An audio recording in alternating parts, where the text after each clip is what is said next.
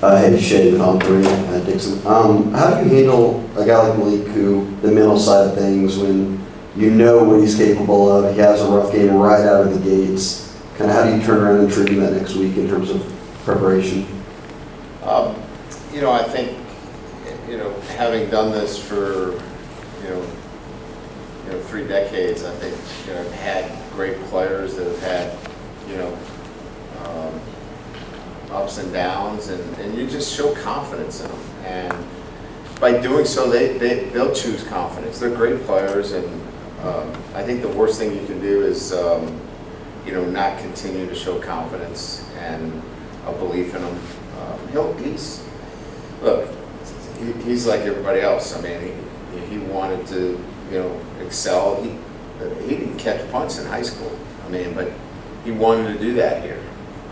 And I give him great credit for wanting to do that. And so we just supported him.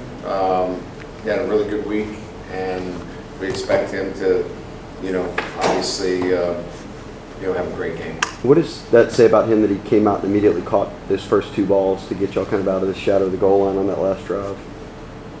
Yeah, to me,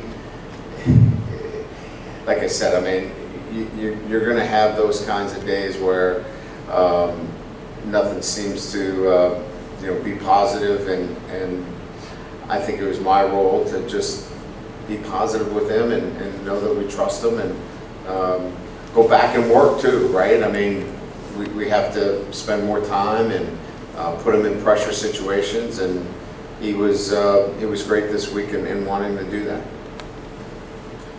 Hey, Coach, I think you said that the communication and safety needed to be better. I think all during camp, you and the other coaches said Major Burns was a great communicator, right? Yes. So was it some of the other guys, or what happened there? Well, I just think overall, you can communicate, but it's still about, getting everybody to, do their jobs as well. So, sometimes, communication is one thing, but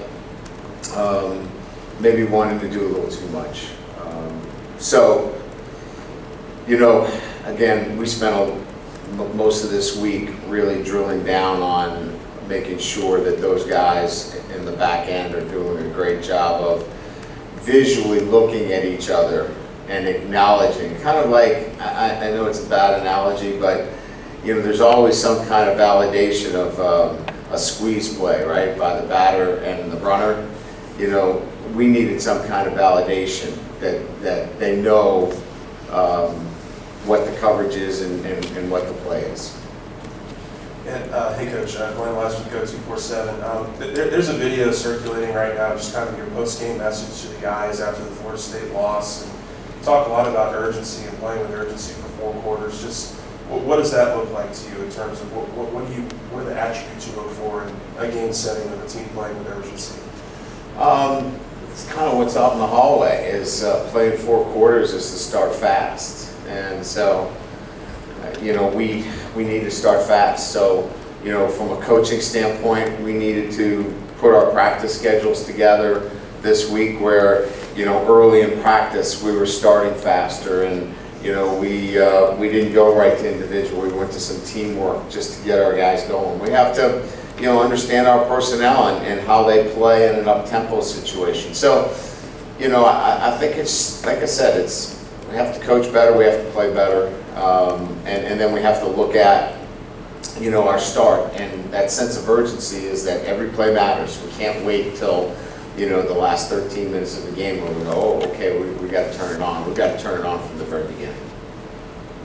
Hey, Coach. I spoke with Coach Paul Longo earlier this summer, and he was saying, I think when you were at Cincinnati, you once had to buy tickets for an entire section to help fill the stadium.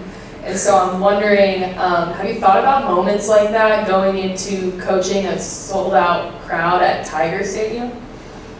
Yeah, I mean, it's been an interesting journey. I mean, when I was at Central Michigan, I went up in a lift to urge the students to come into the stadium in pregame.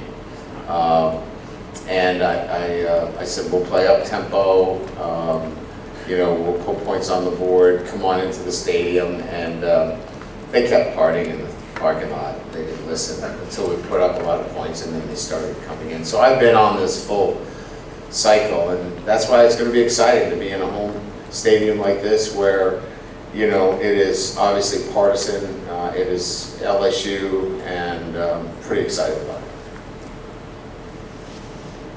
Hey, Coach. We know Mason Smith's out and Kai Winger's the next guy up. How's he been looking in practice? How confident are you about this defense going into the game?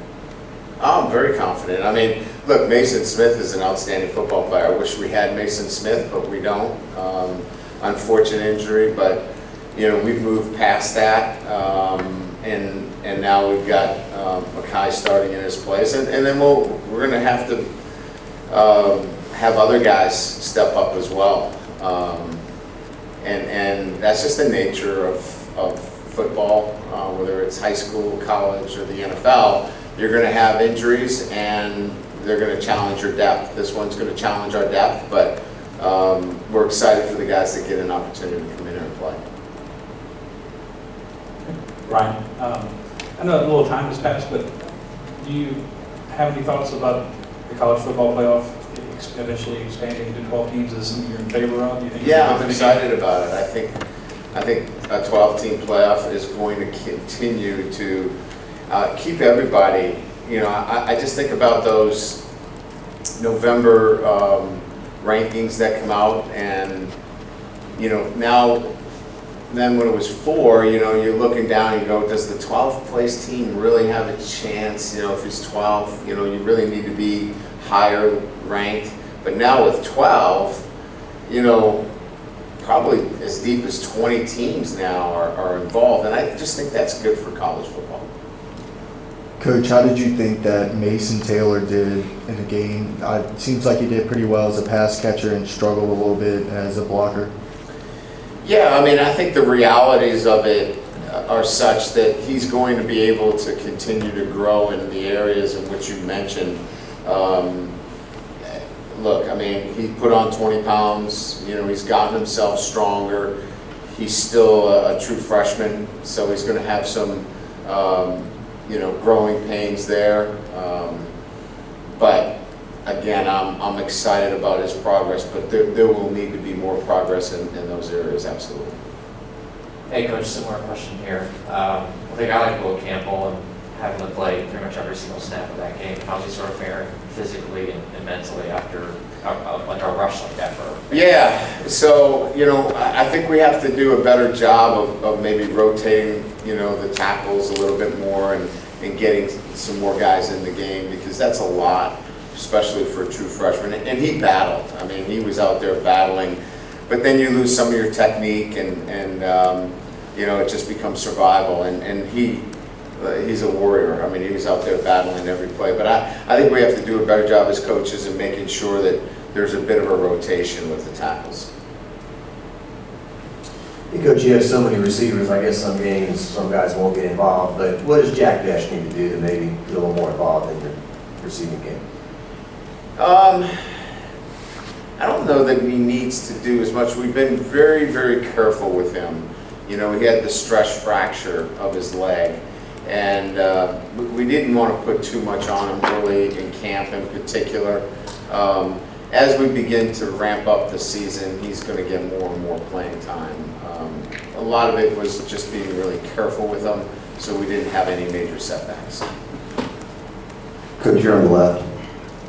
Given y'all played y'all's best ball, obviously, into the fourth quarter, does that speak to the conditioning that y'all put in this offseason? What did you kind of think of how they looked from kind of there at the very end? They looked good at the end. Their conditioning level was really good. I thought, we had Florida State on the heels. That doesn't mean anything. We still lost the game.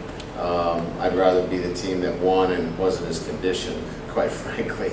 But there are a lot of good positive things that we see with our football team in terms of that level of conditioning, and that we can push the tempo and continue to, attack our opponents.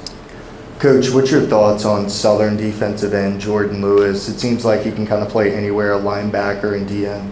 Yeah, he can play virtually anywhere. They've got, it's an aggressive style of defense. They bring pressures, and again, there were times that we didn't handle the pressures as well. So, we're going to have to prove that we can do that because they certainly have brought a lot of pressures, and they have some athletes that can run and be disruptive. So we're quite aware of that and practiced accordingly. Coach, you got time for one more shot? Brian, with Mekhi Wingo going up to #1 defensive tackle, who moves in behind him now? Do you have somebody else? Taiji will get some playing time there, certainly. We're thin, quite frankly, at the position. So, we're going to have to be creative.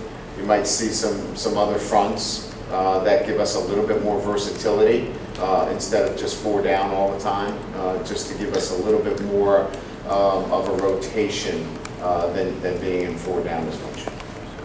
Great, thank you.